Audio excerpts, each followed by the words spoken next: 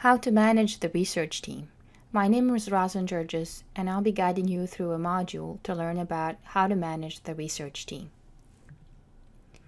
By the end of this session, you should be able to identify considerations for forming research teams and enhancing team performance. Forming the team. How to pick the team to answer your research question. It all starts with the initial research proposal. Once you have a hypothesis or research question, you will look for the best content experts to help you test it. So from your literature search to the instruments, being it qualitative, quantitative, or both, you will be using different techniques to even the planning of the work itself over time till you reach the final step, which is publication. You also will need multidisciplinary views. You also want to think about including students, librarians, statisticians. Do you want to include them as regular members of the team or just as consults upon need?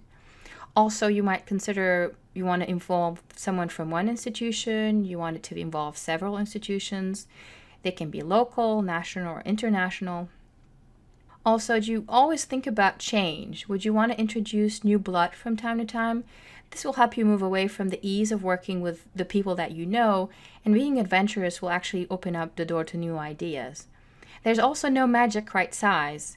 It can be 2 people or it can be more than a dozen. It depends on the need and what needs to be done in that specific project. So what do successful interdisciplinary team leaders have? What are their skills? Usually they will show an interest in a wide range of subjects.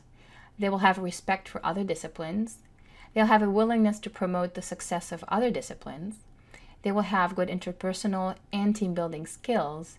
And they will show a lot of proactivity in engaging with other partners.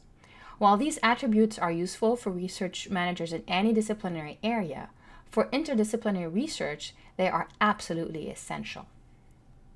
So how to manage the village? How do you manage it? Do you stay up in the tower and send out instructions? Or do you simply join the working forces in various areas and help out? What will guarantee success? The PI is the team leader. He's the leader that leads by example. He assigned the right roles to the right people.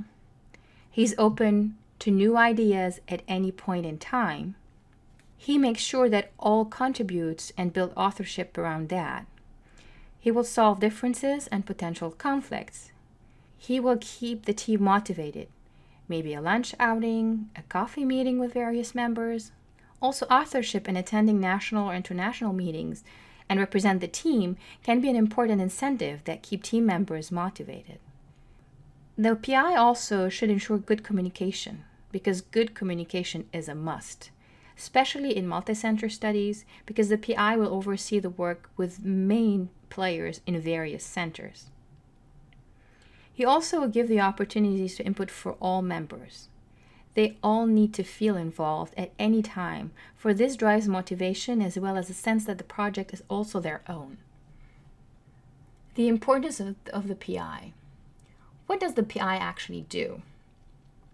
He basically will have to follow up everything with the IRB before starting or when modifications are needed. He will ensure compliance, appoint new members, file updates, train students or staff, ensure privacy and confidentiality, ensure protection for vulnerable subjects, maintain study records, ensure that the study team is knowledgeable and qualified, disclose any conflict of interest if there is. He's responsible for following requirements for recruitment, following requirements for obtaining informed consents, minimizing risk, reporting unanticipated problems, adverse events, deviation and violations.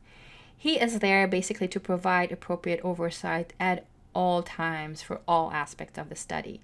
And it's a big and important role. So it's really challenging and a lot of work to be a PI. This is why a good team is crucial, and it will help with generate the IRB submission, the recruitment process, documentation, consenting subjects if needed, maintaining privacy, carrying out the work itself, helping with the data analysis and so forth, and at the end, reviewing the write-ups of the project, being it presentations along the way or the final publication. It's highly recommended to talk early about author requirements and how extensions of the study will be handled. Usually by the time the first abstract gets into shape from the project, the role distribution starts becoming clearer. However, things might change later due to the team members taking on more or less responsibility, and things might change.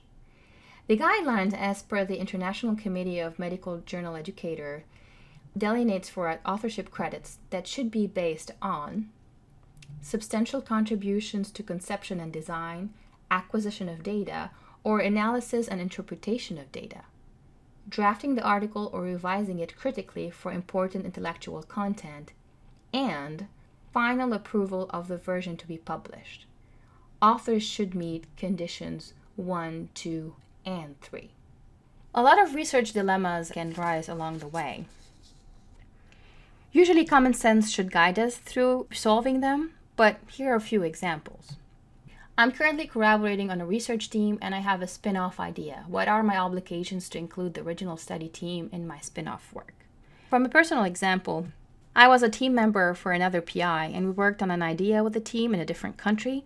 Then we decided to carry further this work in a modified way in my own institution. So we all agreed that I will lead the work in that context as a PI. So there should be some kind of discussion and consensus based on that. Another thing that might come up in, when should I add or remove a collaborator from the research team? Let me give you here another personal example. So I had a student author who helped in an abstract submission of a project. Then that student completely dropped out of the project and stopped working on it.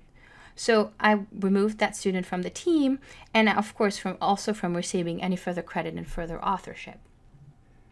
Good luck with moving forward with your research team.